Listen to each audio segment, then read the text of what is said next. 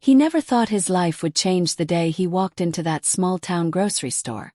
Jalen was just 24 years old, a quiet young man from the South, working odd jobs, barely making ends meet.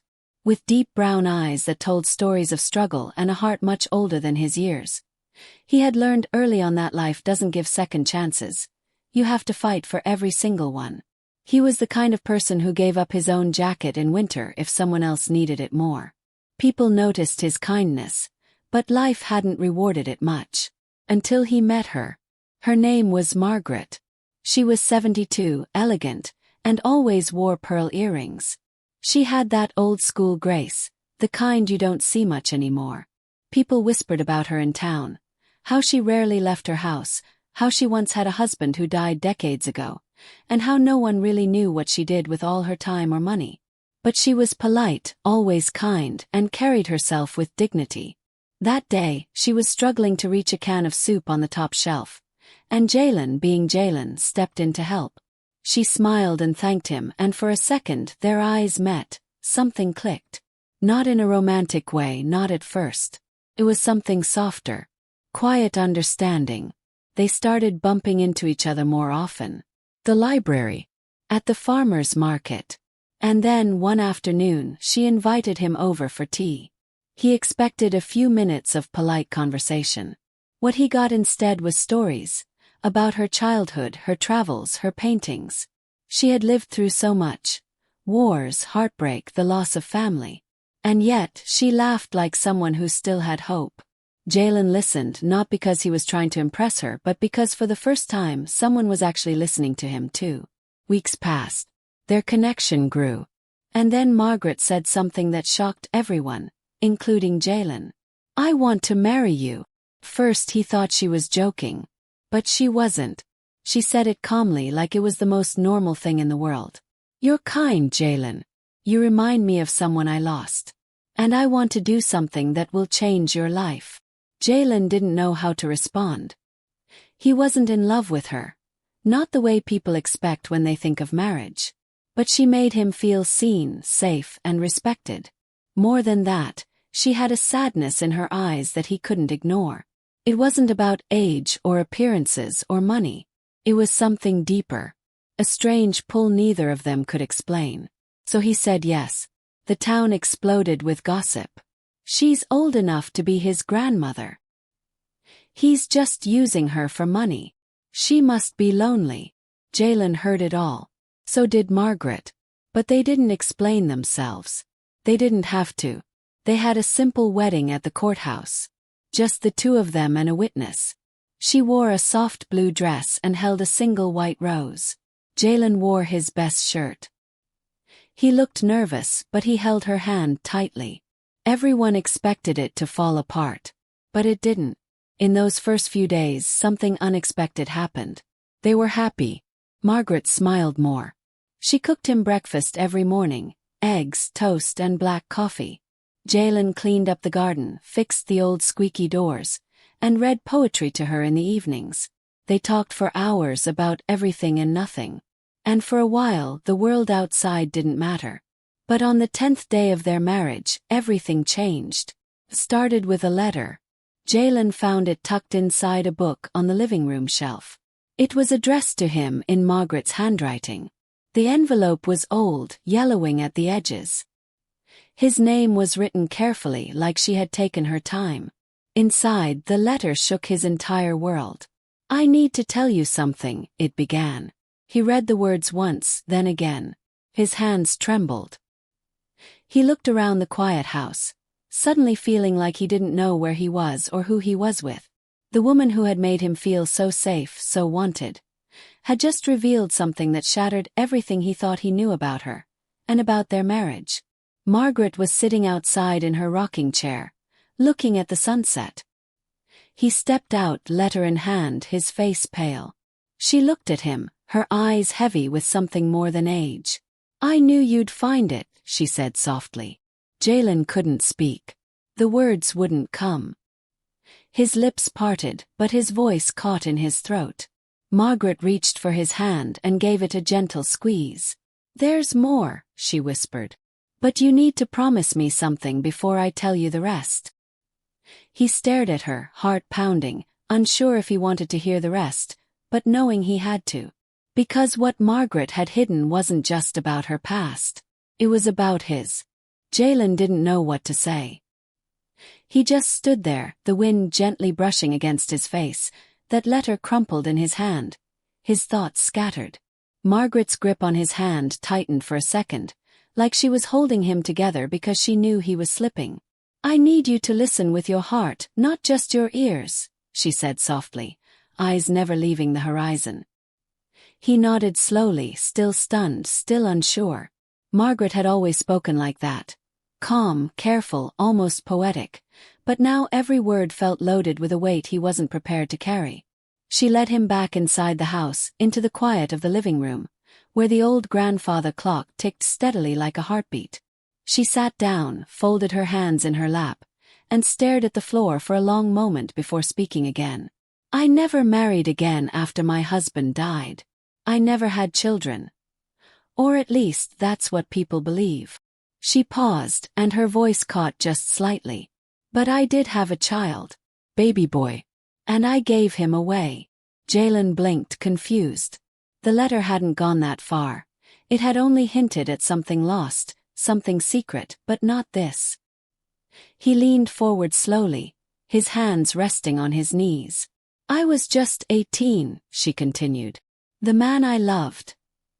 He was gone before I even knew I was pregnant. I was scared. My parents. They weren't kind. They told me I had brought shame. So they sent me away. To a home for girls like me. I had the baby in silence. No one held my hand. No one told me it would be okay. Her eyes glistened, but she didn't cry. They made me sign papers. I never even held him. I don't even know what he looked like. They told me it was for the best. Jalen's heart ached. He didn't know why he was hurting for her so deeply, but he was. I tried to find him, she said. Later, after I got older, when I had the strength. But the records were sealed. I wrote letters to adoption agencies. I begged for information. I just wanted to know if he was okay. But I never got an answer. Jalen swallowed hard. And what does this have to do with me? Margaret looked up at him, her face lined with time but still beautiful in its truth. I don't know, she whispered. Not for sure. But when I first saw you, there was something in your eyes. In the way you speak, the way you carry pain but still show kindness. I know it sounds strange, maybe even foolish, but I felt something I hadn't felt in 50 years.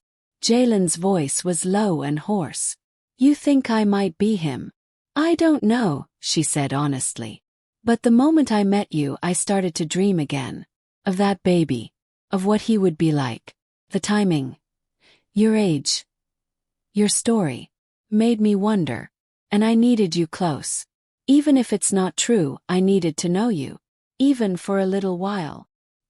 He leaned back, his mind spinning. It was too much. Too heavy. He thought he understood her.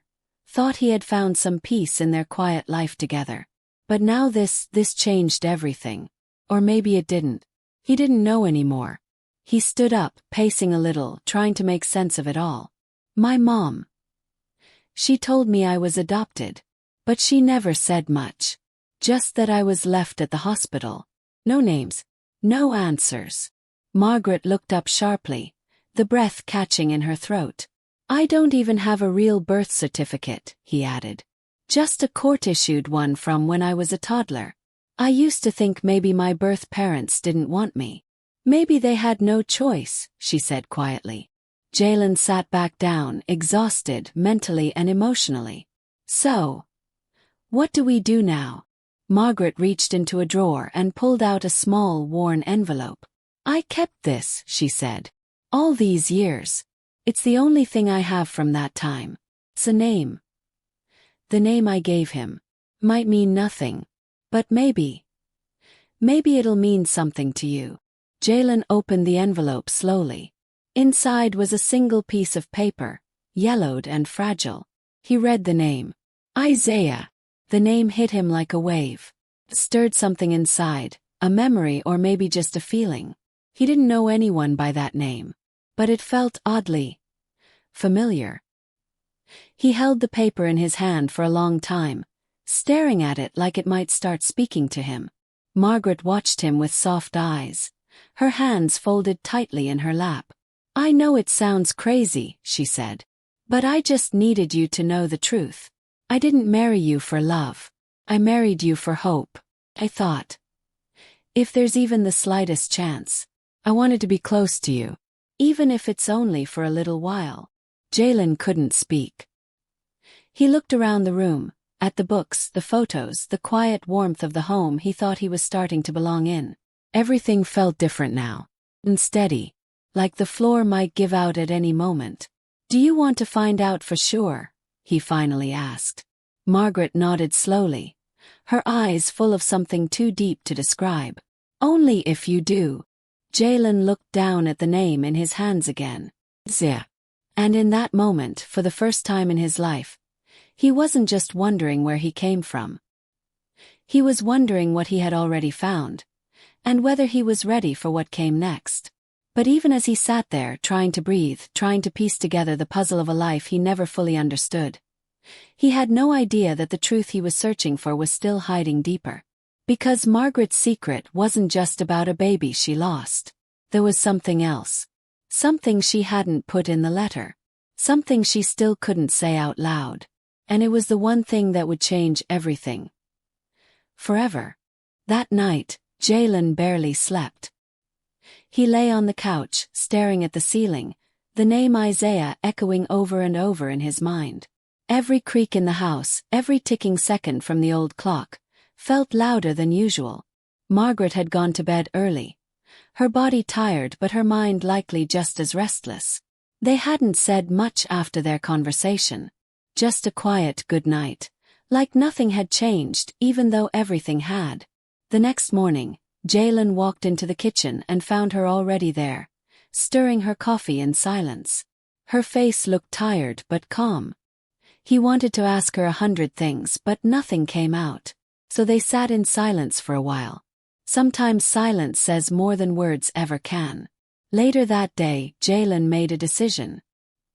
He wanted to know the truth, not just for himself, but for her. So he walked down to the local community center where they sometimes held health fairs and checkups. He spoke to a volunteer about DNA kits and was told about a place 2 towns over that helped people trace their ancestry. It wasn't perfect, but it was a start. He scribbled down the address in his worn-out notebook and kept it close. On the way back, he stopped by the old neighborhood where he grew up. It wasn't far, just a few streets away, but it felt like another world. The buildings were smaller than he remembered. The streets quieter. He passed by the home of Ms. Renee, the woman who had raised him. She'd passed years ago, but he still remembered the smell of cinnamon from her kitchen and the way she used to hum while folding laundry. She had told him once, gently, that he came into her life through unusual circumstances, but never explained what that meant. Back at the house, Margaret was in the attic, rummaging through boxes. Jalen climbed the stairs and peeked in. The dust made him cough, but she didn't seem to notice.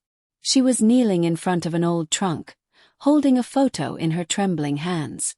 When she saw him, she smiled faintly and handed him the picture.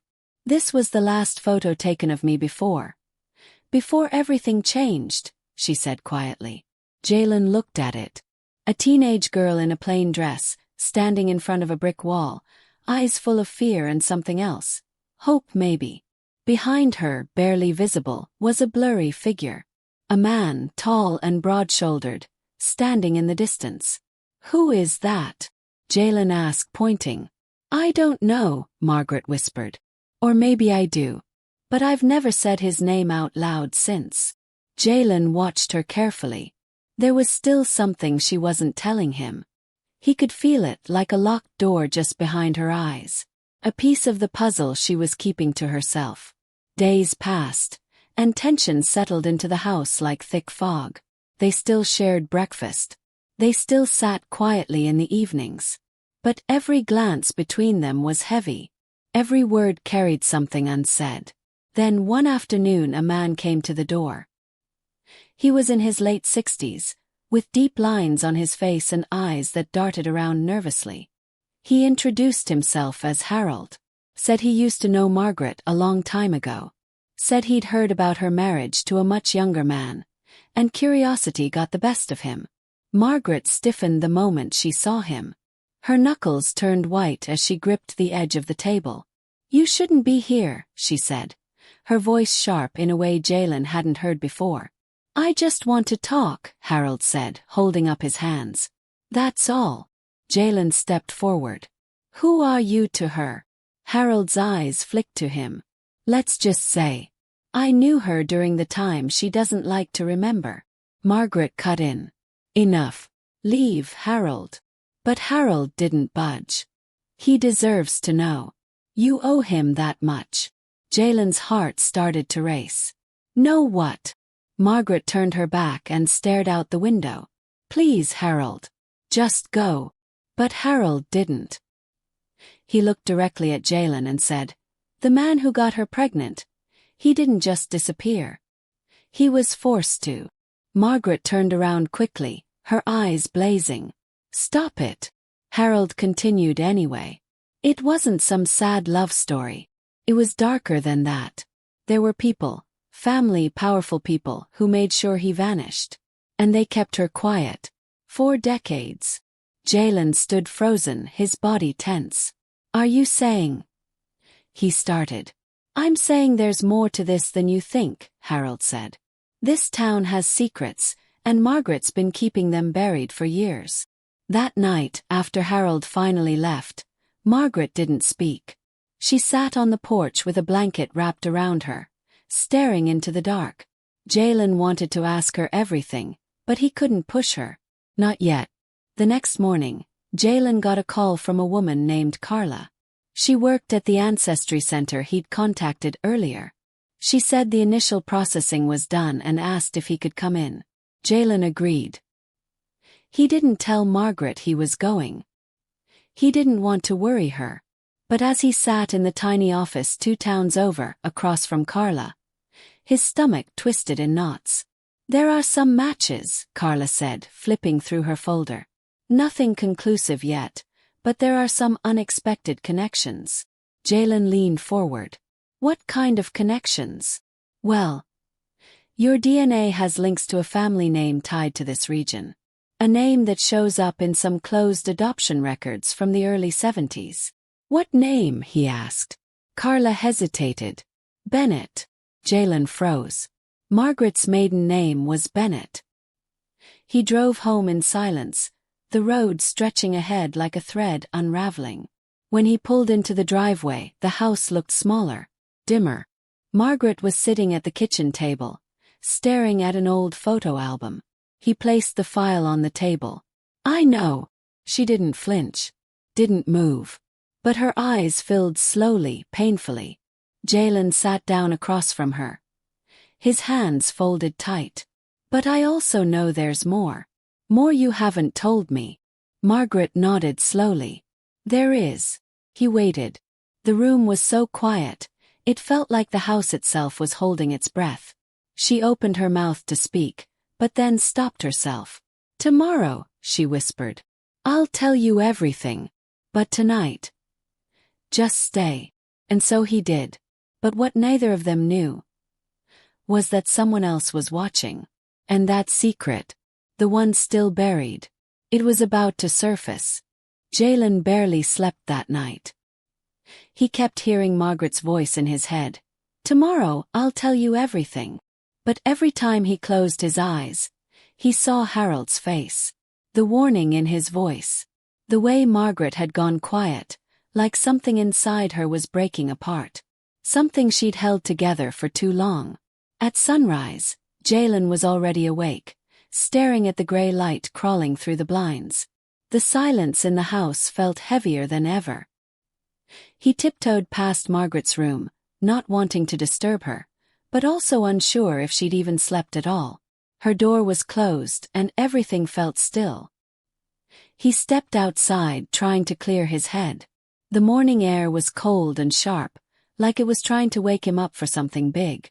The streets were empty, just the distant sound of a dog barking and a delivery truck rumbling by. But even then he felt eyes on him. It was a strange feeling. Paranoia, maybe. Or something more.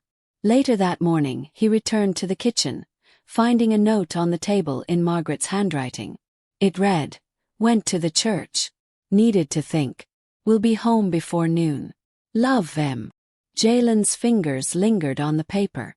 The church was only a few blocks away, an old brick building with ivy growing around the windows. She went there sometimes to sit quietly in the back pew, never speaking to anyone. It was her space to breathe. But this time, she didn't come home by noon. By 1 o'clock, Jalen was pacing. By 2, he was calling her cell. No answer. He called the church. The lady who answered said she'd seen Margaret earlier, sitting alone like always, but she left around 10. That was it. Jalen grabbed his jacket and rushed out the door. He went to the church first. The pew where she always sat was empty. The air still smelled of old wood and candle wax. He checked the garden outside, the little bench near the fountain where she sometimes watched birds. Nothing. Then he drove to Harold's place. It wasn't something he'd planned. But the longer Margaret stayed missing, the louder Harold's words rang in his head. He found the old man sitting on his porch, sipping tea like he had all the time in the world. "You seen her?" Jalen asked, trying to keep his voice calm. Harold looked up, not surprised to see him. "No." Jalen narrowed his eyes. "She's not answering her phone. She left hours ago. She said she'd tell me everything today." Harold set down his cup slowly. "Maybe she got scared." "Of what?" Harold didn't answer. Just stared at him like he was deciding whether to say something dangerous. Finally he spoke. "You're not the only one who's been digging into the past. After our talk I made a few calls. Asked around. I still got some friends in town, even if they don't like remembering the old days." Jalen stepped forward. "What did you find?" Harold sighed. Back then, Margaret's father was a powerful man. Judge. Very respected. But he had secrets. And when Margaret got pregnant, it wasn't just about shame. It was about control. The boy, your father, maybe he wasn't just poor. He was the son of a woman Judge Bennett despised. Maid. He saw the pregnancy as betrayal. So he made the boy disappear. Nobody knows how. But he was never seen again. Jalen's jaw tightened. "You're saying Margaret's dad?" "I'm saying people in this town have done things to protect their names. And sometimes, those things don't stay buried." Jalen's heart pounded. "And what about Margaret? What else is she hiding?" Harold looked down. "That's not mine to tell." Jalen left, his mind spinning. Margaret was missing. Secrets were rising like smoke from a fire that had never really gone out. And now there was something else. A growing fear that someone didn't want the truth to come out. Maybe someone still had something to lose. When he got home, the door was ajar. Jalen stepped inside slowly. "Margaret!" No answer. The house was quiet. Too quiet. He moved through the rooms one by one. Nothing out of place. Until he reached the study. The desk drawer was open. Papers scattered. The photo of teenage Margaret was missing. And in the middle of the desk was a single envelope. No name. Just taped shut. Jalen opened it with shaking hands. Inside was a letter, written in Margaret's familiar script. "Jalen, if you're reading this, it means I couldn't bring myself to say it aloud. Sorry. I wanted to tell you everything, but I was afraid. Not of you. Of what it would do to you. Of how deep this truth goes. And what it might awaken. You need to know, your father didn't abandon you. He tried to fight for you. But he didn't stand a chance. They made sure of it. He wasn't just erased. He was punished. And the people who did it, some of them are still alive. I've been watching over you longer than you know. Not as a mother. As someone who wanted to make things right. I thought I'd never see you again. But you came back to me. And I couldn't lose you again. There's something else. Something I kept hidden all these years. It's buried in the garden, under the old fig tree. It's time you saw it. But be careful, because once you dig it up, there's no going back. Jalen's hands trembled. He ran outside, heart pounding in his chest. The sun was setting now, casting long shadows across the yard. He found the fig tree at the edge of the property. Old, twisted, its branches curled like reaching fingers. He grabbed a shovel from the shed and began to dig. The dirt was dry and stubborn. His muscles ached with every thrust, sweat pouring down his neck. And then he hit something hard. Box. He pulled it out slowly, brushing away the dirt. An old rusted metal box. He stared at it, his breath heavy, his thoughts racing. Inside was the truth. He could feel it. And just as he reached for the latch, a shadow moved behind him. He turned, but no one was there. Only the wind and the growing dark. And the feeling that someone or something was watching. Waiting. Jalen stood frozen, the rusted box cradled in his hands. His eyes scanning the shadows around him. The wind had picked up suddenly. Dry leaves scraping across the ground like whispered warnings. The feeling of being watched was more than just a passing fear now. It gripped him. His breath quickened, and the box felt heavier, like it carried not just the truth, but a weight that went far beyond anything he expected. He turned toward the house, but something caught his eye. A figure, barely visible at the edge of the trees behind the backyard. Standing still. Not moving. Just watching. Jalen blinked. "Hello," he called out, voice unsure. No answer. The figure didn't flinch. Didn't retreat. And then, as quickly as it had appeared, it vanished behind the trees. Jalen's pulse thundered. He tucked the box under his arm and rushed back inside, locking the door behind him. He didn't know who that was or what they wanted, but he was sure of one thing now. Someone else knew about the secret Margaret had buried, and they didn't want him uncovering it. Inside, he dropped the box onto the table. His hands were shaking too much to deal with the lock, so he grabbed a screwdriver from the drawer and began prying at the edges. The metal groaned, rust flaking off. After a few minutes of struggling, the lock snapped with a dull crack. The lid creaked open. Inside were several small envelopes, each yellowed with age, tied together with a faded blue ribbon. There were also old newspaper clippings, a black and white photograph of a man he didn't recognize, broad-shouldered, serious-eyed, and a tiny silver bracelet with the initials IB. Isaiah Bennett. Jalen carefully unfolded one of the letters. The handwriting wasn't Margaret's this time. It was rougher, messier. A man's. To Margaret. If they find this, I'm sorry. I tried to fight. I begged your father. I even went to the police, but they all turned me away. Said you were better off without me. That I was a threat. I never hurt you. I loved you. But they didn't care. They took me out to the edge of town that night, told me to disappear, or I'd disappear for good. Jalen's throat tightened. This wasn't just family history. This was something darker. More deliberate. His grandfather hadn't just ruined Margaret's life. He'd destroyed another man's future to protect a lie. And now, all these years later, that lie was coming undone. He sifted through the rest of the box, looking for anything else, any final clue. At the bottom, taped to the wood, was a small, folded note. It read, "If anything happens to me, go to room 306 at Willow Falls Home. Ask for Ruth." Jalen had never heard of it. He grabbed his phone and searched. Willow Falls was a nursing home about 30 minutes out of town. He didn't wait. He threw on his jacket, locked the house, and drove straight there. The sun was setting behind him as he pulled into the long driveway.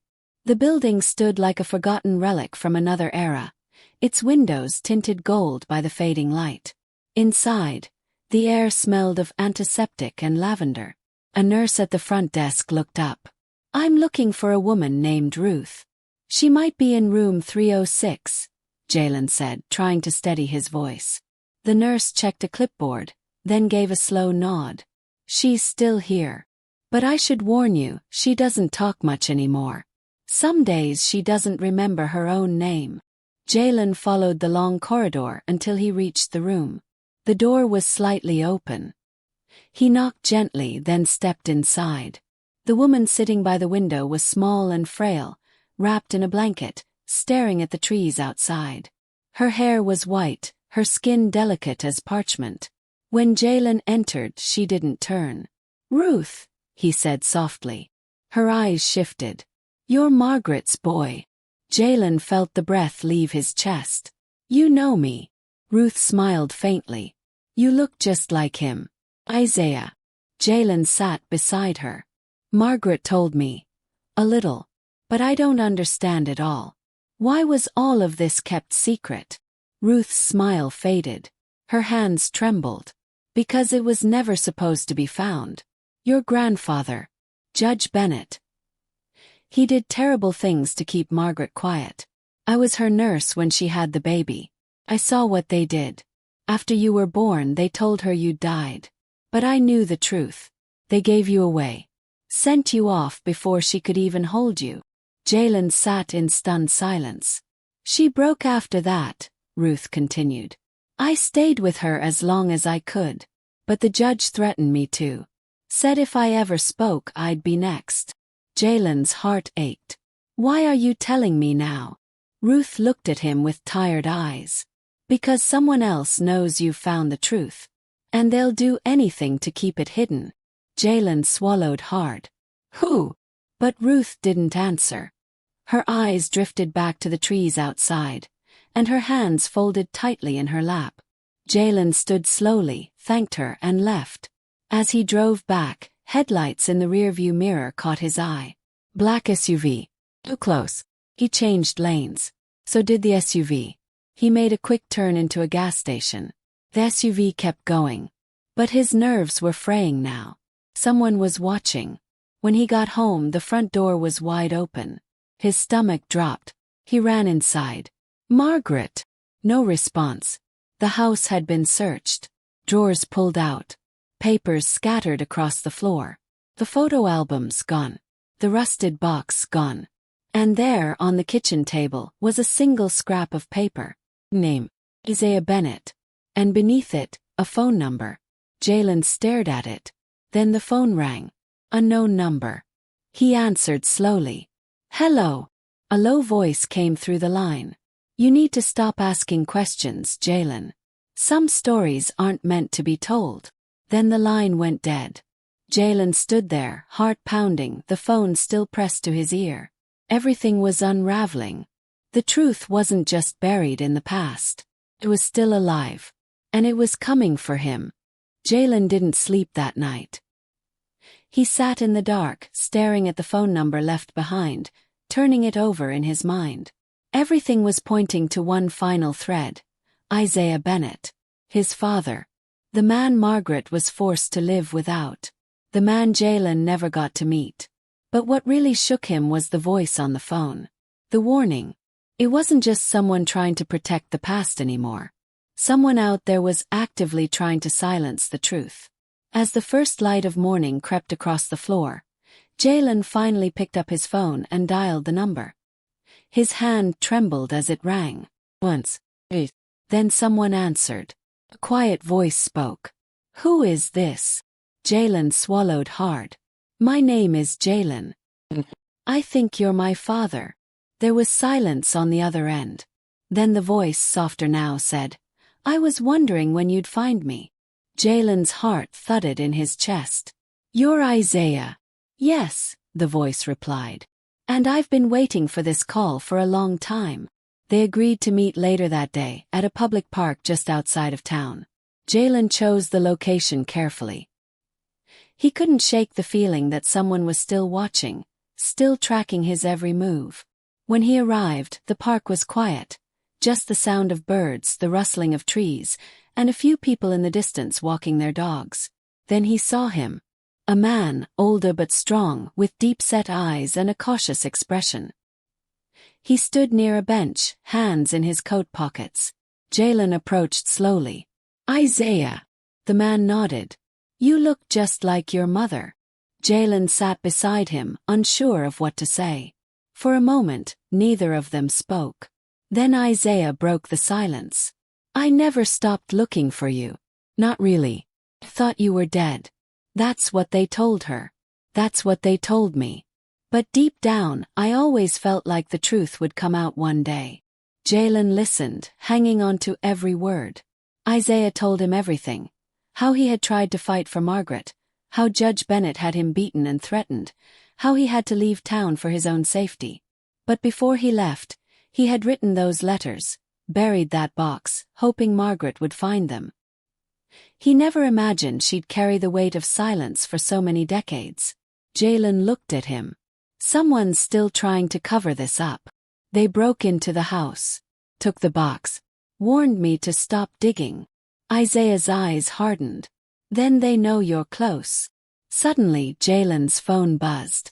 It was a message. From an unknown number. Come to the old courthouse. Loan. Or she gets hurt. Attached was a photo. Margaret. Tied to a chair, her face pale and eyes wide with fear. Jalen's blood ran cold. He showed the message to Isaiah. We have to go. Now. Isaiah shook his head. If they're threatening her, it means they're desperate. They know they're losing control. Jalen stood. Then let's finish this. The old courthouse was abandoned years ago. Its windows boarded up, paint peeling off the walls. It stood like a monument to a past everyone wanted to forget. Jalen parked a block away, leaving Isaiah to call the police as backup, just in case. He approached the building alone as the message demanded. Inside, the air was thick with dust and silence. He followed the dim light from a cracked window until he reached the main courtroom. Margaret was there, tied to a chair in the center. Her eyes widened when she saw him. Jalen, don't. A figure stepped out from the shadows. It was someone Jalen recognized. Sheriff Collins. He blinked in shock. You. The sheriff sighed, his gun in hand. I warned you, Jalen. Some truths don't help anyone. Your grandfather may be gone, but his promises, his power, didn't die with him. We kept this town clean. We protected its name. Jalen stared at him. By destroying lives. Collins stepped closer. It was never about right or wrong. It was about order. About control. And now you're tearing it all down. From behind him, a voice echoed through the chamber. You already tore it down the moment you let an innocent man suffer.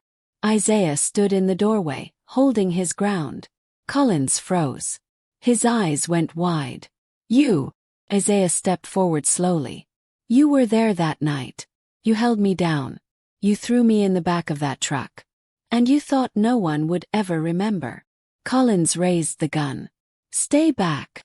But sirens wailed outside, growing louder.